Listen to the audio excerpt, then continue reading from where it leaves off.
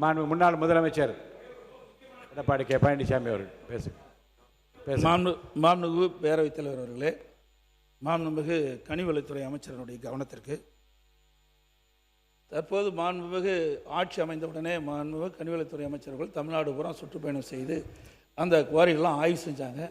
அந்த ஆய்வில் செய்வதில் தவறு இல்லை, அமைச்சருடைய கடமை. அதில் பல தவறுகள் நடைபெற்றதாக கண்டுபிடிக்கப்பட்டாலும் அதுவும் தவறு இல்லை. ஆனால் கண்டுபிடிக்கப்பட்ட பிறகு பல குவாரிகள் மூடப்பட்டு விட்டது. பல மாவட்டங்களில் மூடப்பட்டு சீல் வைக்கப்பட்டு விட்டது. அதனால் உற்பத்தி குறைஞ்சிட்டது, தேவை எதையும் உற்பத்தி குறைஞ்சி, அதனால் விலை ஏற்றம். இப்பொழுது புதிய திட்டங்கள் நிறைய அறிவிச்சிருக்கிறீங்க. நிறைய இதில் நெடுஞ்சாலைத்துறையிலும் சரி, அல்லது பொதுப்பணித்துறையிலும் சரி, பாலங்கள் கட்டுதல், வீடுகள் கட்டுதல், இப்படிப்பட்ட பல துறைகளுக்கு ஜல்லி எம்சாண்ட் தேவை. ஆகவே இந்த அரசு இந்த உற்பத்தியை ஜல்லி எம்சாண்ட் உற்பத்தியை அதிகரித்து விலையை குறைப்பதற்கு ஏதாவது திட்டங்கள் வைத்திருக்காங்க என்று தங்கள் வாயிலாக அறிய விரும்புகிறேன். பேரவைத் தலைவர், ஒரே நிமிஷம். பேரவைத் தலைவர்களே, அதோடு மாண்புமிகு மூத்த உறுப்பினர்கள் பேசுகின்ற பொழுது பசுமை வீடுகளை பற்றி குறிப்பிட்டார்கள். 2019 இறுதியில் 2020 வரை ஊரடங்கு நிலை இருந்தது, கொரோனா காலமாக இருந்தது. அப்பொழுது அந்த திட்டம் முழுமையாக நிறைவேற்றப்படவில்லை, அதனால் தடைபட்டது என்பதையும் தங்களுடைய கவனத்துக்கு கொண்டு மாண்புமிகு அமைச்சர்கள். மாண்புமிகு பேரவைத் தலைவர் அவர்களே, மாண்புமிகு தமிழ்நாடு முதலமைச்சர் அவர்களே, அதாவது பெருமளவு கனிம வளம் பக்கத்து ஸ்டேட்ஸுக்கு போய்கிட்டு இருந்த ஒரு தகவல் கிடைச்சிச்சு. இதுவரைக்கும் தமிழக வரலாற்றிலேயே நம்ம மக்களுக்கான தேவையை பூர்த்தி செய்கிறதுக்கு இங்கே உள்ள கனிம வளங்களை நம்ம மக்களுக்கு கொடுக்கணும் அப்படிங்கிற ஒரு நோக்கத்தோட அண்டை மாநிலத்துக்கு செல்லும் கனிம வளத்துக்கு தடை போட்ட ஒரே முதலமைச்சர் நம்ம தமிழக முதலமைச்சர். இந்த மாதிரி பல்வேறு முயற்சிகளை எடுத்துக்கிட்டு இருக்கோம். விரிவாக மானிய கோரிக்கையில் உங்கள்கிட்ட சொல்கிறேன். பேரவைத் தலைவர் வாயிலாக மாண்பு உறுப்பினர் ரெட்டியார்பட்டி வே நாராயணன் அவர்கள்.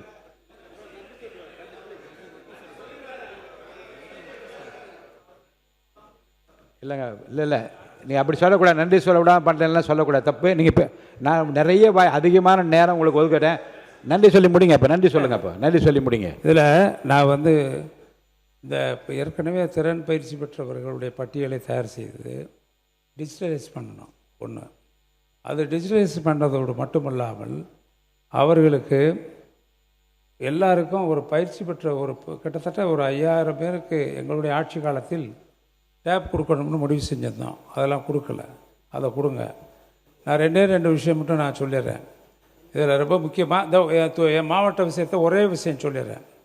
எங்களுடைய மாவட்டத்தில் வைகனிலிருந்து கூட்டு குடிநீர் திட்டம், இதற்கான அனைத்து எல்லா டீட்டெயில் ப்ராஜெக்ட் ரிப்போர்ட் தயார் செய்யப்பட்டு சட்டமன்றத்தில் அறிவிக்கப்பட்டு அந்த பணி இருக்குது.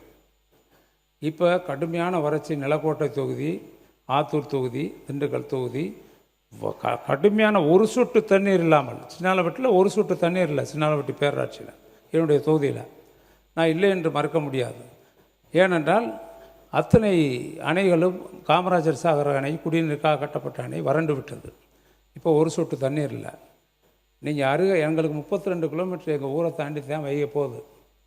நாங்கள் மதுரைக்கு போகுது, எல்லா ஊருக்கும் போகுது, தெற்க இருக்க ஊருக்கெல்லாம்.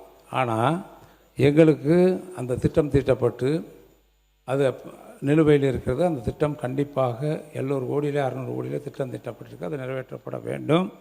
இன்னொரு முக்கியமான விவசாயிகளுக்கு எங்கள் மாவட்டம் ஒரு 4 நாராயணன் அவர்கள் நீங்கள் பேசலாம்.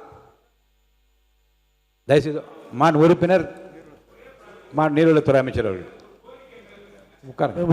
பேரவைத் தலைவர் அவர்களே, 25-26 29,465 கோடி ஒதுக்கப்பட்டது.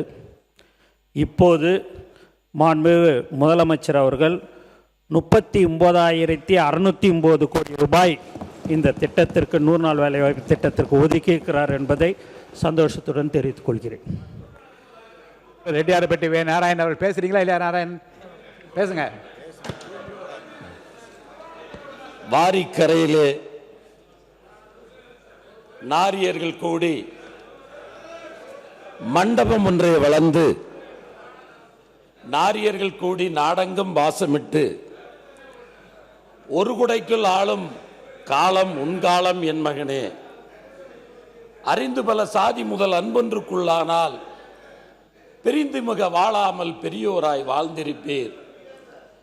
இறை தந்த அருட்கொடை இல்லைங்க, தமிழக மக்களின் 8 கோடி மக்களின் இல்லைங்க, மூத்த உறுப்பு என்பதாலும் அனுபவம் நிறைந்தவர் என்பதாலும் முன்னாடி இந்த துறையை நிர்வகித்த என்பதாலும் இவ்வளோ நேரம் அனுமதித்தேன். நான் என்ன சொல்ல முடியுங்கள் என்ன இல்லை, மற்றவருடைய கஷ்டத்தையும் உணரணும் இல்லை, மற்ற உறுப்பினர்கள் பேச வேண்டும், 12 உறுப்பினர்கள் பேச வேண்டும், பதில் உரை இருக்கிறது. இல்லை நான் இல்லை, தொகுதியை பற்றி நிறைய எழுதி கொடுக்கட்டுமே, தொகுதியை பற்றி எவ்வளோ எழுதி கொடுத்தா நான் அவை குறிப்பில் ஏற்றிட்டு போடுறேன். நான் நன்றி சொல்ல நன்றி நன்றி நன்றி மட்டும் சொல்லி நன்றி சொல்லி முடிங்க. ஒரே ஒரு பிரச்சனை நன்றி சொல்லி இல்லை, எங்கள் மாவட்டத்தில் கிறிஸ்தவ வன்னியர்கள்லாம் அவங்க இருக்கிறதுல பிசியாக இருக்காங்க. கிட்டத்தட்ட 7 லட்சம் 1.5 லட்சம் பேர் இருக்காங்க. தமிழ்நாட்டில் 7 லட்சம் பேர் இருக்காங்க. கிட்டத்தட்ட 1 கோடிக்கு ஏன் கொடுக்க முடியாது? 1 கோடிக்கு பக்கமாக வன்னியர் சமுதாயம் இருக்கிறது. 1 கோடிக்கு மேலே இருக்காங்க. அதில் ஒரு 7 லட்சம் பேருக்கு மட்டும் அவங்க எம்பிசியில் இடம் பெறாமல் இருக்காங்க. அதுக்கு கட்டாயமாக அதை அவங்க எம்பிசி பட்டியலில் நாம் சேர்ப்பதற்கு இங்கே முதலமைச்சர் அவர்கள் அமர்ந்திருக்கிறார்கள். எம்பிசி பட்டியலில் சேர்த்தால் 1.5 லட்சம் கிறிஸ்தவ வன்னியர்கள் எங்களுடைய மாவட்டத்தில் அவர்கள் இன்னும் பிசியாக இருக்கிறார்கள். அதற்கு பல முயற்சிகள் தடங்களாயிடுச்சு. நீங்கள் இருக்க காலத்தில் அதை பிடிங்க. நன்றி, வணக்கம். அவை முன்னவர் அவர்கள்.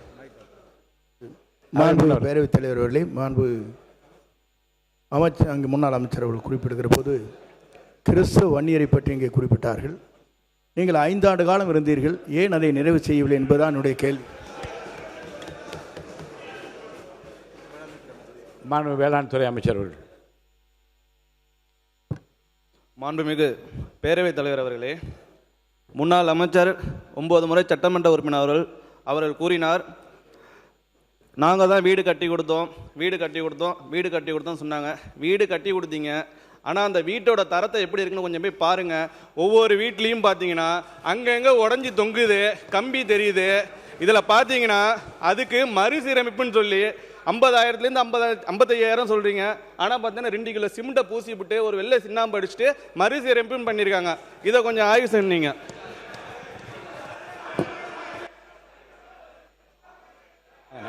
மாண்பு ரெட்டியார்பட்டி ராணன் பேசுங்க.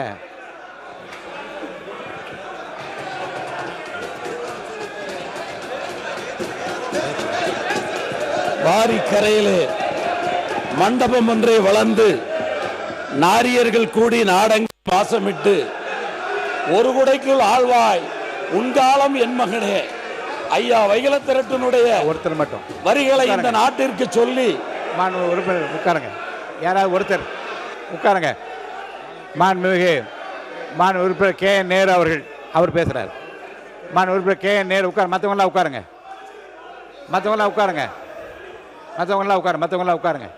மாண்பு பேரவைத் தலைவர் அவர்களே, மற்றவங்களாம் உட்காருங்க. மாண்பு பேரவைத் தலைவர் அவர்களே, மாண்புமிகு வேளாண் துறை அமைச்சர் சொன்னார், கடந்த காலத்தில் கட்டப்பட்ட வீடுகளெல்லாம் பழுதுபட்டு இருக்கிறது, அது உங்களால் சரியாக பழுதுவாக்கவில்லை என்றெல்லாம் சொன்னார்கள். உங்களுக்கு தெரியும், 1986ஆம் ஆண்டிலிருந்து இந்திரா காந்தி அவர்களுடைய காலத்திலிருந்து அந்த வீடு 13,000 ரூபாயில் ஆரம்பிக்கப்பட்டது. அப்போல்லாம் நாங்கள் சேர்மன், அவரும் சேர்மன், அவர் அந்த ஊர் சேர்மன், நான் புள்ளம்பாடி சேர்மன். 13,000 ஆரம்பிக்கப்பட்டு 3 லட்ச ரூபாய் வரை நேரடியாக அரசாங்கமும் கான்ட்ராக்டுக்காரங்களும் கட்டுறதில்லை. அது இந்த பயனாளி பெருமக்களே கட்டுவது. அதுதானே தவிர பயனாளிகள் ஒவ்வொருவர் கூடுதலாக காசு பணத்தை போட்டு கட்டுகிறார்கள். ஒருவரோட பணம் இல்லை என்று சொன்னால் இருக்கிறதை வைத்து கட்டுகிறார்கள். அதற்கு தான் பிறகு தலைவர் தளபதி இருக்கும்போது சரி, கலைஞர் இருக்கும்போது சரி, ஏற்கனவே கட்டப்பட்ட சமத்துவபுர வீடுகள் எல்லாம் பழுது பார்ப்பதற்கென்று அதற்கென்று தனியாக நிதி ஒதுக்கி அரசு சார்பாக நிதி ஒதுக்கப்பட்டது. எனவே நீங்கள் கூட இப்போது 70,000 வீடுகள் 5 லட்ச ரூபாய் செலவில் இந்த அரசு வழங்கி இருக்கிறது. இதை இன்னைக்கு ஏற்கனவே நம்முடைய அமைச்சர் அவர்கள் நேரடியாக சென்று பார்த்தார்கள். எல்லாம் பேஸ்மெண்ட் அளவில் இருக்கிறது என்றெல்லாம் சொல்லியிருக்கிறார்கள். அது பயனாளிகள் பெருமக்கள் அவர்களுடைய சௌகரியத்தை கட்டி கொண்டு வருகிறார்கள். நீங்களாவது நல்ல முறையில் அந்த 5 லட்சத்தில் கட்டியிருக்கிறீங்க. நாளைக்கு உங்களை பார்த்து நீங்கள் கட்டினது சரியில்லைன்னு சொல்லாத அளவுக்கு நீங்கள் பார்த்துக்குங்க. அவ்வளோதான் சார். ஓகே ஓகேங்க ஓகே நாங்கள் தெரிஞ்சுக்கிறோம். ஓகே நாங்கள் தெரிஞ்சுக்கிறோம். மாண்புமிகு பேரவைத் தலைவர்களே, கடந்த 5 ஆண்டு காலத்தில் கட்டி கொடுத்த வீடுகள் வந்து நிறைய இடத்துல இடிஞ்சு தொங்குது. அதை வந்து அந்த மக்கள்கிட்ட கேட்டால் தெரியும். ஆனால் நமது முதலமைச்சர் ஆட்சியில் கட்டி கொடுக்கிற வீடு இன்னும் ஒரு 50 ஆண்டுகளுக்கு வந்து ரொம்ப தரமாக இருக்குன்றதை தெரிவித்துக் கொள்கிறேன். மாண்பு உறுப்பினர் உட்காருங்க. மாண்பு நீர்வளத்துறை அமைச்சர் அவர்கள். மாண்பு நீர்வளத்துறை அப்புறம் தரேன், நீங்க அடுத்து உட்காருங்க. மூத்த உறுப்பினர் சொன்னாரு, நீங்களாவது ஒழுங்கா கட்டுங்க, நாங்க குறை சொல்லக்கூடாது அப்படின்னாரு. நாங்க எது செஞ்சாலும் சரியாதான் நாங்க செய்வோம். நீங்க ஐயோலாம் என்னாதீங்க. நீங்க நல்லா தெரிஞ்சுங்க. நீங்க ஒன்று நல்லா தெரிஞ்சுங்க உறுப்பினர்லாம், நீங்க கொஞ்சம் நல்லாவே தெரிஞ்சுங்க. இனி நீங்க கனவு கண்டா கூட இனிமேல் பட்டு நீங்க ஆட்சிக்கு வர முடியாது என்பதை தெளிவா சொல்லிக்கிறோம். புரியுதுங்களா? நீங்க இல்ல நீங்க அவர் வந்து மாண்பு உறுப்பினர் அவருக்கு என்ன சொன்னாரு, நீங்களாவது குறை சொல்லாத அளவுக்கு கட்டுங்கன்னு சொன்னார். அதை தான் நாங்கள் சொல்றோம். கண்டிப்பாக நாங்கள் தரமானதாக தான் கட்டுவோம். அதுக்கு தான் இந்த 5 லட்சம் ரூபாய். இதுங்க கலைக்கு தான் நாங்க போய் பார்த்துட்டு தான் சொல்றேன். நான் தான் உங்களுக்கு சொல்லிட்டேன், நாங்கள் அரசியல்வாதி அல்ல, நாங்கள் மக்களுக்கு செய்ய வந்திருக்கிறோம். நீங்க அதை புரிஞ்சுக்கிங்க. இதை நீங்க சபையில வந்து நீங்க பேசும்போது நீங்க வந்து அது எப்படி பேசணுன்றதெல்லாம் உங்களுக்கு தெரியும். அப்படி இருக்கும்போது ஒரு மூத்த உறுப்பினர் சொன்னார்ன்றதுக்கோசம் நான் அதை சொல்றோம். உட்காருங்க. உறுப்பினர் ஆஸ்டின், எம்ஆர்கே பன்னீர்செல்வம் அவர்கள் நீங்க பேசுறீங்களா? உறுப்பினர் அண்ணன், நான் உங்களுக்கு சொல்றேன், மக்கள்கிட்ட போய் நீங்க பாருங்க. நீங்க இவ்வளவு காலம் இருங்க. நாங்க இப்போ 3 மாசம் தான் ஆச்சு. நாங்க போற இடம்லாம் என் அண்ணனை பார்த்துக்கோ, என் பிள்ளைய பார்த்துக்கோ, என் தம்பியை பார்த்துக்கோ அப்படின்றாங்க. ஏன் இதெல்லாம் நாங்க சொல்றோம் அப்படின்னா, நாங்க உண்மையா சொல்றோன்னே, யாரும் தவறு செய்ய மாட்டோம். திரும்ப இதை சொல்லிச்சுக்கோ. புரியுதுங்களா? அதனால நீங்க வந்து உங்க இஷ்டத்துக்கு நீங்க ஏதாவது பேசணும்னுட்டு பேசாதீங்க.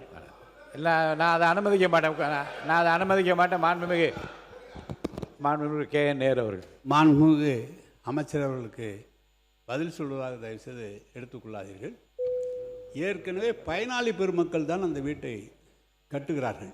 கான்ட்ராக்ட்காரர்களோ அல்லது நாங்களோ அரசு அதிகாரிகள் மேற்பார்வையிடுவது மட்டும்தான் அரசு அதிகாரிகள். அமைச்சர்களும் சென்று நீங்கள் எப்படி பார்த்து விட்டு வருகிறீர்களோ அதே மாதிரி தான் அமைச்சர்கள் பார்த்து விட்டு வருகிறார்கள். எனவே தான் நான் சொன்னது, எங்களுடைய காலத்தில் அது சரியாக இருந்தது. 1 லட்சம் வீடுகள் கட்டி அதை திறந்து வைத்து ஊரகத்துறை அமைச்சர் அவர்களும் முதலமைச்சரும் சென்று போகும்போது நானும் போயிருந்தேன். அனைத்து வீடுகளுமே இன்றைக்கு எல்லா இடத்துலையும் ஒரு அதிமுக காலத்தில் கட்டப்பட்ட வீடுகள், ஜெயலலிதா அவர்களுடைய முதலமைச்சர் ஜெயலலிதாவுடைய படம் இருக்கிறது. எங்களுடைய காலத்தில் கட்டப்பட்ட வீடுகளுக்கு கலைஞருடைய படம் போட்டு அங்கே வீடு கலைஞர் திட்டம் என்று வீடுகள் போட்டு எங்கு சென்றாலும் கிராமத்தில் செல்கிற போது அந்த வீடுகள்லாம் நன்றாக தான் இருக்கிறது. அமைச்சர் ஏதோ பார்த்து சொல்லியிருக்கிறீர்கள். எனவே எங்கள் காலத்தில் கட்டப்பட்ட வீடுகள், அதுவும் அமைச்சர் அவர்கள் அந்த துறையிலே பாண்டித்தியம் பெற்றவர், நன்றாக பார்த்து செய்திருக்கிறார்கள். எனவே நீங்கள் சொல்வதைப் போல் அவர் நம்முடைய வேளாண் துறை அமைச்சர் சொல்கிறார் ஆங்காங்கு தொங்குகிறது என்று. இயற்கையாகவே பொதுவாக 10 வருஷம் 15 வருஷம் சொந்த வீடு கட்டுகிற போதே சில சங்கடங்கள் வருகிறது, ஆங்காங்கு இடிந்தெல்லாம் போகிறது. அதுபோல் இருக்குமே தவிர நீங்கள் எல்லாமே தவறு எல்லாம் நடந்து விடுவதில்லை என்பதை நான் தெரிவித்துக் கொள்கிறேன். இதில் நான் நிறைய சொல்ல முடியும். மாண்புமிகு பேரவைத் தலைவர் அவர்களே, மாண்புமிகு நீர்ப்பாசனத்துறை அமைச்சர் அவர்கள் நாங்கள் அரசியல்வாதி அல்ல என்ற கருத்தை மீண்டும் பதிவு செய்கிறார். அது ஒளிபரப்பில் போய் கொண்டிருக்கிறது. ஆனால் தமிழக வெற்றி கழகம் என்ற அரசியல் இயக்கம் அரசியல் கட்சியாக தான் தேர்தல் ஆணையத்தில் பதிவு செய்யப்பட்டு தேர்தல் களத்தை நின்று வெற்றி பெற்று நீங்கள் ஆட்சிக்கு வந்திருக்கிறீர்கள் என்ற செய்தியும், நீங்கள் எந்த மக்களை நம்பி எங்களை பார்த்து கொள்ளுங்கள் என்று சொல்லுகிறீர்கள், அதே மக்கள் தங்களை இப்படி சொல்லுகிறார்கள் என்ற புரிதலும் அடைவார்கள் என்பதை தெரிவித்துக் கொள்கிறேன். மற்றொன்று மாண்பு வேளாண் துறை அமைச்சர் ஓராண்டுக்குள் கட்டப்பட்ட வீடுகள் என்று சொன்னார். அது முற்றிலும் தவறு. 15 ஆண்டுகள் 20 ஆண்டுகள் முன்பு கட்டப்பட்ட வீடுகள் ஒருவேளை அப்படி இருந்தால் அதையும் பழுதுபார்ப்பதற்கு நிதி தந்த ஆட்சி தான் திராவிட முன்னேற்ற கழக ஆட்சியை தவிர ஓராண்டுக்குள் அது போன்ற வீடுகள் தமிழகத்தில் இல்லை என்பதை பதிவு செய்யும். மாண்புமிகு நிதித்துறை அமைச்சர் அவர்கள். மாண்புமிகு பேரவைத் தலைவர் அவர்களே, ஆக்சுவலாக இங்கே இந்த வீடு கட்டினதை பற்றி பேசிகிட்டு இருக்காங்க. அமைச்சர் அவரும் சொல்லிகிட்டு இருந்தாங்க தரம் சரியில்லை, குவாலிட்டி சரியில்லை. அதுக்கு அப்போசிஷன் வந்து நிறைய டிஃபெண்ட் பண்ணுறாங்க. All right. ஆக்சுவலாக இது நேற்று வந்து பிடபிள்யூடி இதுலேயே நான் கேட்டிருக்கணும். சின்ஸ் அதை கேட்க முடியல. பிகாஸ் இந்த குவாலிட்டி விஷயம் பேசுகிறத பார்த்தா இப்போ நான் வந்து சீனியர் மோஸ்ட் மினிஸ்டர் வேலு சாரை தான் கேட்கணும். ஆக்சுவலாக தென்பெண்ணை ரிவரில் ஒரு 16 கோடிக்கு கட்டப்பட்ட ஒரு பிரிட்ஜு 3 மாதத்தில் காலியானதை பற்றி உலகமே பேசிச்சு. அது உங்களுக்கு தெரியும். அதில் நீங்கள் ஒரு ரிப்போர்ட் மாதிரி கொடுத்துருப்பீங்க. டிஸ்சார்ஜ் வேஸ்ட், அதனால் வாட்டர்ஸ் நிறையா வந்ததுனால 16 கோடியில் கட்டப்பட்ட அந்த ரிவர் மேலே கட்டின பிரிட்ஜு 3 மாதத்தில் டெஸ்ட்ராய் ஆனது. அந்த ஹிஸ்ட்ரி படிச்சிருக்கீங்க நீங்கள். அதை முதல்ல நீங்கள் தெரிஞ்சுக்கணும். அப்புறம் தான் அந்த குவாலிட்டியை பற்றி பேசணும். அதனால் அதுக்கு முதல் பதில் நீங்கள் சொல்லணும். நீங்கள் மாண்பு உறுப்பினர் வேலு அவர்கள். மாண்புமிகு பேரவைத் தலைவர்களே, இதே மாமன்றத்திலே ஏற்கனவே எதிர்க்கட்சி தலைவராக இருந்த நம்முடைய மாண்புமிகு எடப்பாடி பழனிசாமி அவர்கள் இதே மன்றத்திலே எதிர்க்கட்சியாக இருந்த இந்த கேள்வியை கேட்டு அவைகளெல்லாம் பதிலாக சட்டமன்றத்தினுடைய உரையிலே அதெல்லாம் பதிவு செய்யப்பட்டிருக்கிறது. அந்த பாலம் என்பது ஆர்ஆர் என்கிற விங்கின் மூலமாக கிராம சாலை திட்டத்தின் மூலமாக ஒரு கிராம பகுதியிலே கட்டப்பட்ட பாலம். அது தென்பெண்ணை ஆற்றிலே கட்டப்பட்ட ஒரு பாலம். அதனுடைய டிசைன் 54,600 கனஅடி தண்ணியை வாங்குகிற அளவுக்கு தான் அதனுடைய தன்மை கட்டப்பட்டது. இதுவரைக்கும் திருவண்ணாமலை மாவட்டத்திலேயே பெய்யாத ஒரு மழை. அந்த மழை இன்னும் சொல்ல போனால் ஆன்மீக பெருமக்கள் 14 கிலோமீட்டர் கிரிவலம் என்று வருகிற இந்த திருவண்ணாமலை மலையே சரிந்ததன் மூலமாக 7 பேர் இறந்தார்கள். அப்படி ஒரு மழை நாங்கள் பார்த்ததே இல்லை. எங்கள் வயதுக்கும் பார்த்தது, அது முன்னாலே பார்த்ததில்லை. அப்படி ஒரு மழை பெய்த காரணத்தினால் மலை சரிந்தது. அந்த அளவுக்கு ஒரு சேதம். கிருஷ்ணகிரி தருமபுரி மாவட்டங்களில் 50 சென்டிமீட்டருக்கு மேல் மழை பெய்த காரணத்தினால் சாத்தனூர் அணைக்க வந்த தண்ணி 2.25 கனஅடி தண்ணீர் அங்கே வந்தது. அப்பொழுது பொதுப்பணித்துறை நீர்வளத்துறை அமைச்சர் அவர்கள் எங்கே டேம் உடைஞ்சிருமோ என்பதற்காக இரவோடு இரவாக 2.25 கனஅடி தண்ணீர் திறந்து விட்டார்கள். கனஅடி. அதற்கு பின்னால் பாம்பார் என்று ஒரு ஆறு வருகிறது டேமுக்கு கீழே. டிசைனு 54.600க்கு தான் டிசைன். அது 3 மாதம் இல்லை, கட்டி கொண்டு இருந்த நேரம் முடிகிற தருவாய் அது. அப்படிப்பட்ட நேரத்தில் டேமிலேருந்து 2.25 பாம்பாருடைய தண்ணி இவைகளெல்லாம் சேர்ந்த உடனே 3 லட்சம் கனஅடி தண்ணி புழந்த உடனே அதனுடைய தாங்கும் திறன் இல்லாமல் அது அடித்து கொண்டு போனது என்று அந்த டிசைன்லாம் விளக்கம்லாம் சொல்லி ஏற்கனவே சட்டமன்றத்தில் பதிவில் இருக்கிறது. அது இயற்கையினுடைய சீற்றம். அந்த டிசைன் மேலே இன்ஜினியரிங் மேலே குறை சொல்ல முடியாதது. ஏன்னா கட்டினது 54.600க்கு, ஆனால் வந்த தண்ணி 3 லட்சம் கனஅடி தண்ணி. அப்படி என்கிற பொழுது அதை தாங்காமல் அந்த பாலம் போன்று என்பது இதே சட்டமன்றத்தில் ஏற்கனவே பதிவு செய்யப்பட்டிருக்கிறது. அதுதான் உண்மை நிலை. அதுக்குன்னு ஒரு குழு போடப்பட்டு அவர்களெல்லாம் கூட ரிப்போர்ட்டு கொடுத்தாங்க. இதில் டிசைனில் தப்பு இல்லை, இது மழை பெய்த காரணத்தினால் 3 லட்சம் கனஅடி தண்ணீர் தாங்குகிற திறன் இல்லாமல் பாலம் அடித்து போனது என்பதுதான் உண்மை. பிளே ஸ்டோர் மற்றும் ஆப் ஸ்டோரில் இருந்து பாலிமர் செயலியை QR கோடு மூலம் பதிவிறக்கம் செய்யுங்கள். செய்திகளை உடனுக்குடன் பெறுங்கள்.